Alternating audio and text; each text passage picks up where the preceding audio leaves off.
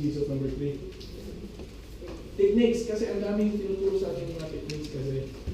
One technique would be, na-experience namin last 2 weeks ago, tinatawag pala siyang the examine.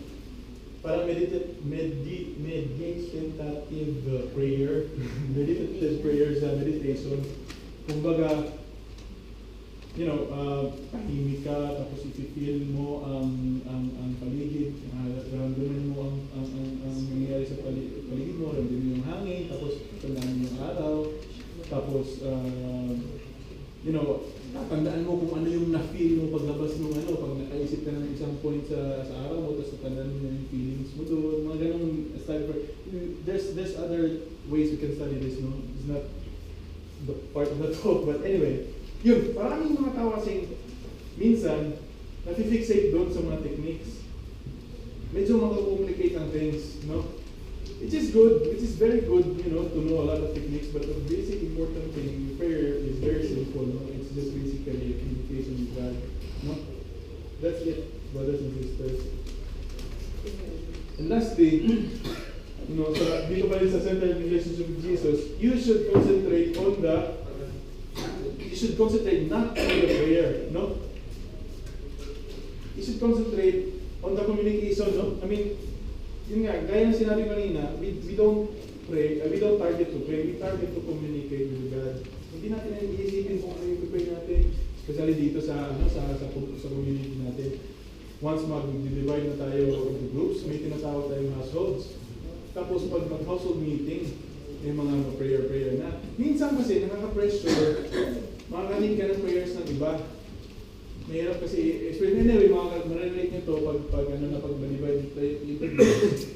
And when those time comes, brothers and sisters, kailangan natin mag-concentrate sa personal relationship with Jesus. Hindi tayo makinig, ang galing niyang mag-pray, parang mapipressure ka. Grabe siya, kailangan ko rin buo ng prayer. So, kailangan ko magsimula nito, parang madi-defensive ka, halos magaganyan ka na sa prayer, di ba? Mag-i-defensive ka, hindi tayo mag-concentrate doon pala. Concentrate natin palagi is yung relationship natin with Jesus, no? So, walang pakialaman sa iba. Yung tawag dito, walang pakialaman sa iba. Just put Jesus in our hearts and don't mind anybody else kasi Jesus lang din yun sa puso nila. Amen? Amen. Okay. Yun, sorry. Then the next one is study. 2 minutes na ako kanina. Number 2 pa ako. Study. Anyway, prayer and study, kailangan niya elaborate. Yun. Through study, we get to know and understand God and His ways. Ways to learn more about God. Yun, tayo goal. Siyempre, number 1. Yun yung the Word of God eh. Siyempre, you want to know more about God, read the Word of God. Amen? Malilang yun. Number 2, spiritual readings. Now, tapos ka nang magbasa sa yung sinulat ng Panginoon. Siyempre, unahin mo yung sinulat ng Panginoon, di ba? I mean, the Word of God. Now, another way to improve ourselves is to read those documents like mga publications sa simbahan na sinulat ng mga tao na inanoint na maligad na para magsulat ng mga documents na yun. Di ba? So, yun din. Another way, yung spiritual readings. Ang last would be teachings and preachings. Ito. Isa to, no? One of the ways to grow our spiritual lives is, dito sa CFC, ang dami nating mga pastoral formations, ang dami nating mga skill ups. No? All we have to do is to attend and be blessed kasi ang daming mga insights na pumupunta sa atin, no? Yung mga gamit as in, I can attest, like, it really help us in our lives, no? Especially dito in a foreign country. And one more thing, no? Wala dito kasi medyo also. One more thing is we can, study of the saints, especially kay Virgin Mary, studying their lives, no? It's also a good way to grow in the spirit kasi dumaan na sila doon eh. I mean, they've been there. Ginawa na nila. So, ang ginawa nila sa isang buong buhay nila, babasahin mo ng 5 oras. Di ba? Sobrang blessed mo nun. Kasi nakuha mo yung learning niya sa isang buong buhay. So, babasahin mo lang yung buhay niya. And with that, reading, nakikita mo kung paano nag-work ang Holy Spirit. Kasi ang Holy Spirit, yung dissect, yung one of the ways, to grow. Okay, so yun yung study. May question po ba sa study? Okay naman, no? Yun, ang suggestion ng study is, uli, kailangan natin magbasa ng Bible every day. Tapos, if wala pa kayong ganong system na reading the Bible, study every day, start with the Gospels, start with the Gospels, and give it like 10 or 15 minutes a day, and not just read. Most important thing is reflect, di ba? Kasi kung read lang, para tayong magbasa, di ba? Most important thing is reflect. Okay? Sorry, mamadali ako kasi wala nang. Next, service. Jesus, through the Holy Spirit, is at work in us not only for our personal development, but also to be a man for others. No? Service. Tayo, nag-pray tayo, kasi gusto natin, di ba? Ang dami natin gusto mangyari. Nag-pray tayo, nag-ask tayo. Supplication, kaniting ina-ask. But I tell you, brothers and sisters, one of the most gratifying things dito sa mundo is kung maging answer ka ng prayers ng iba. Di ba? I-guess yun? Ikaw, ipipiliin na maging answer ka sa prayer ng iba. Sobrang fulfilled ka. I have served my neighbor. Di ba? Loving your neighbor yun na part, di ba? And ito, through service, we are doing that. So ways we can serve, one, the way we live. For example, this is a personal service, like we pray every day, magbabasa ng Bible every day. We are serving God, And on top of that, you become a role model for others. So that's another level of service right there, Kasi pamumuhay mo. Number 2, perform basic responsibilities God has given. Like, ang dami kasi, for example, spouse, diba? We have functions like we are children of our parents. We have, our basic responsibilities. So I will generalize everybody. We have a lot of neighbors. Gaya, loving your neighbor na to. Ang dami nating neighbors. So may responsibility tayo sa neighbor, and expound yun dati sa talk na ministry.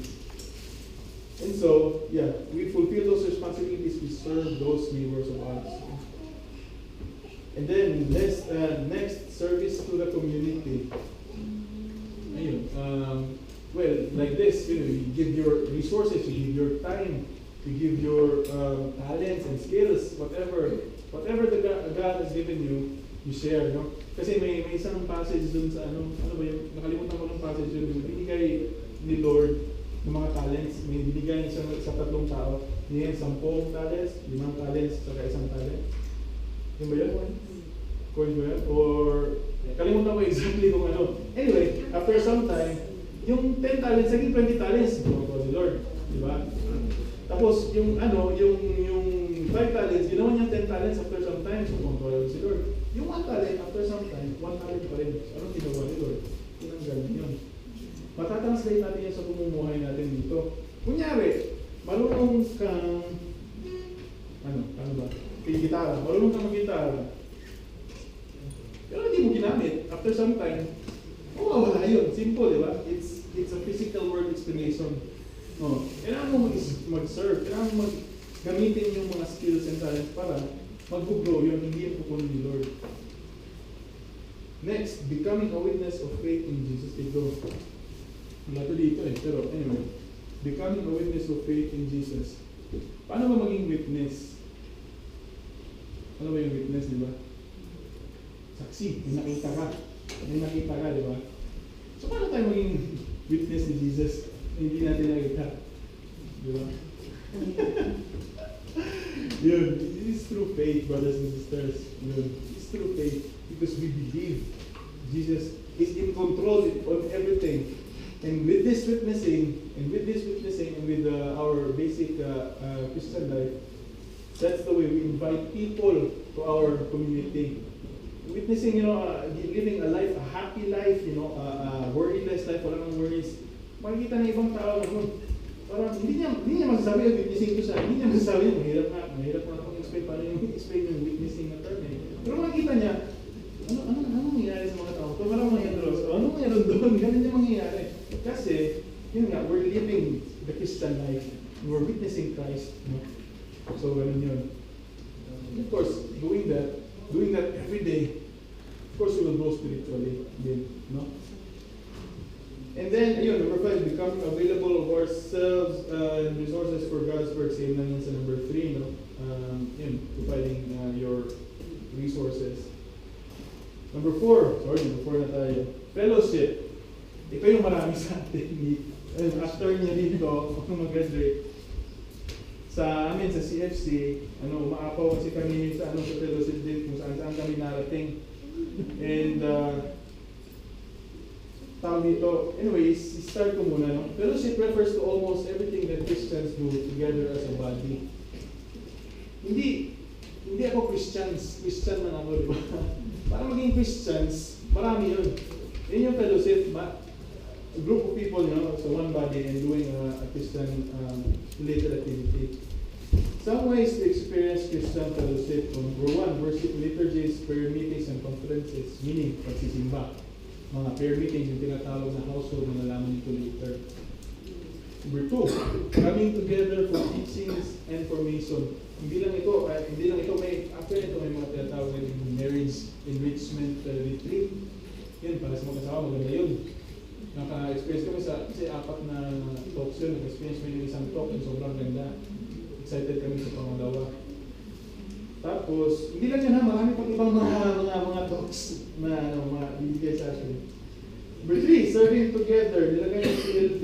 Yun, kasi service team dito, nagsiserve together. This is a form of bonding for us as well. For everybody, di ba? Makikita natin tayo lahat. Last is social gathering. Ito yata yung umapaw sa atin. Social gathering.